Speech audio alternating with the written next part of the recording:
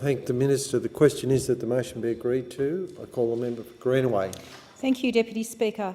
I rise today to extend my condolences to all those impacted by this unprecedented bushfire crisis.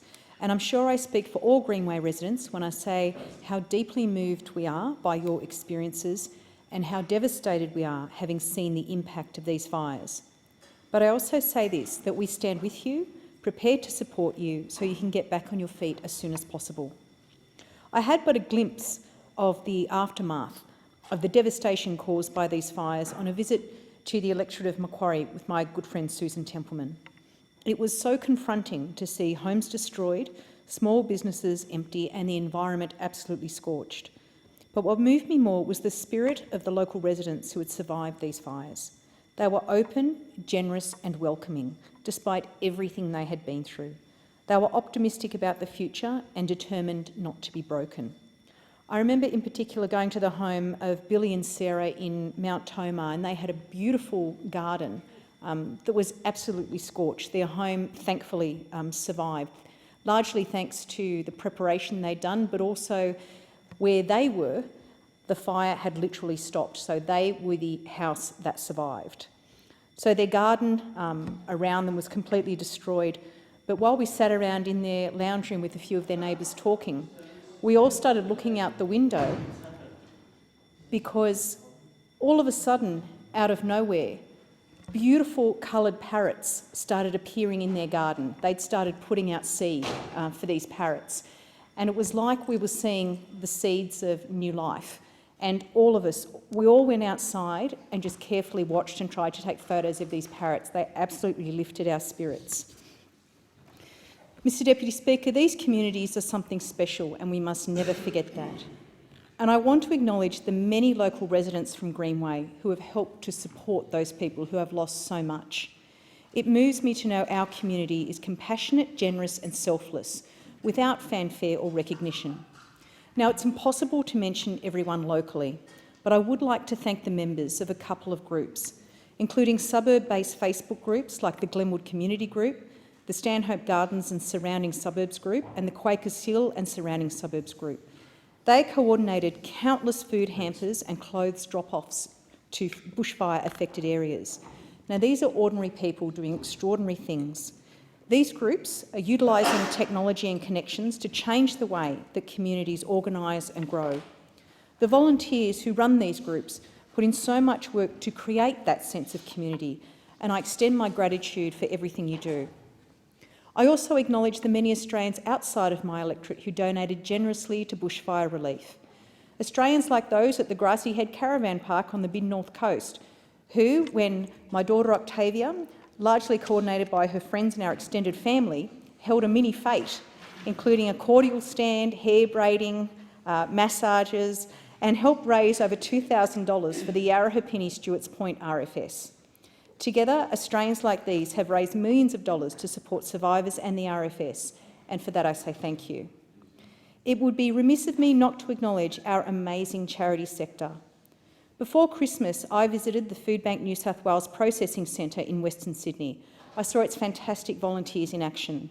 They were busy then and they are even busier now. They're continuing to deliver relief to those people on the ground who need it most. Thank you to Foodbank and to every single charity that has risen above and beyond in the face of this crisis, and of course their donors and supporters. I want to offer a similar acknowledgement to people from a variety of faith and cultural backgrounds who have pulled together to offer hope and support. Organisations like Turbans for Australia, they organised a convoy of trucks to deliver food to the south coast of New South Wales under the motto of Mates Helping Mates. I also want to acknowledge the Sydney Murugam Temple and Camden Kazagam Australia, who raised over $20,000 for the New South Wales RFS at their respective fundraising dinners. And special mention should also go to the Kerala Friends Club North West Sydney, who sponsored with Foodbank to collect non-perishable items across locations in Stanhope Gardens, Kellyville Ridge, Riverston, Schofields, The Ponds, Quakers Hill, Marryong and Blacktown. Such a tremendous effort, and I thank all of you for showing your leadership during this time. I also commend the work of our media sector in providing emergency broadcasting, information and extensive coverage of the bushfires over these difficult months. Print and online media made bushfire-related coverage freely available. Television broadcasters delivered live Auslan interpretations of up-to-the-minute emergency information. And radio broadcasters provided vital warnings and updates, including when all other means of communications were down as a result of fire damage to infrastructure such as power lines and mobile phone towers. The tireless efforts of our public broadcasters, the ABC and the SBS, our community broadcasters, as well as local commercial radio stations, have been and continue to be central to the emergency management effort. Local radio stations in particular support their communities before, during and after the threat of fire. They provide latest updates from authorities, advise which roads are closed and which shops remain open. They reconnect families who become separated. They become drop-off points for donations and host community fundraisers. Interestingly, ABC Friends National recently released the interim report of a survey of ABC emergency broadcasting in bushfire-affected communities, which found that over 90% of respondents said this coverage was important to them during the crisis. We pay tribute to the many staff and volunteers in the media sector for their service to the nation. And I want to acknowledge the significant commitment of the telco sector, including Telstra, Optus, NBN Co and Vodafone. They worked tirelessly over the bushfire season to restore the availability of networks across the country and help communities regain access to essential telco services. As is often the case with natural disasters, these unprecedented bushfires in both their duration and intensity had a significant impact on infrastructure and service availability. I acknowledge the industry for their efforts to provide updates about network impact and thank them for the constructive discussions we have had in recent weeks in particular about both the issues and learnings which can inform future preparations. In the Blue Mountains, the member for Macquarie and I visited various communities across that area and the Hawkesbury who had to grapple with mobile towers and local exchanges losing power, to instances where infrastructure had been destroyed and would require a rebuild. And at Telstra's Global Operations Centre in Melbourne, I saw firsthand the professionalism and sophistication with which Telstra mobilises resources and assets across the company to manage natural disasters. There is undoubtedly room for improvement in making telecommunications networks more resilient and ensuring services to the community are restored more quickly.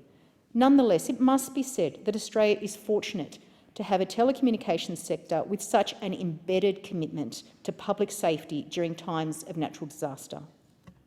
I want to conclude by acknowledging the tireless efforts of the emergency service personnel, volunteers and Australian Defence Force members and reserves. You are truly heroes. You gave up time with your own families to keep at-risk communities safe over Christmas and the New Year. You put yourselves in danger and in some instances abandoned your own properties to defend those of your neighbours.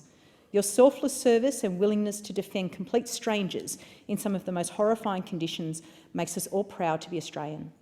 Thank you in particular to the Schofields Rural Fire Service in my own electorate, which last year actually celebrated its 75th anniversary. For all that time, you have been keeping Western Sydney safe. We are deeply grateful for all that you do, and you are truly the very best of Greenway. Finally, to those firefighters who lost their lives keeping us safe, we are forever in your debt. On behalf of my community, I extend my condolences to the families and loved ones of these brave heroes. Words cannot describe the pain and heartache you must feel, but I hope you take some comfort in the knowledge that we grieve together as Australians. The heroism of your loved ones will never be forgotten.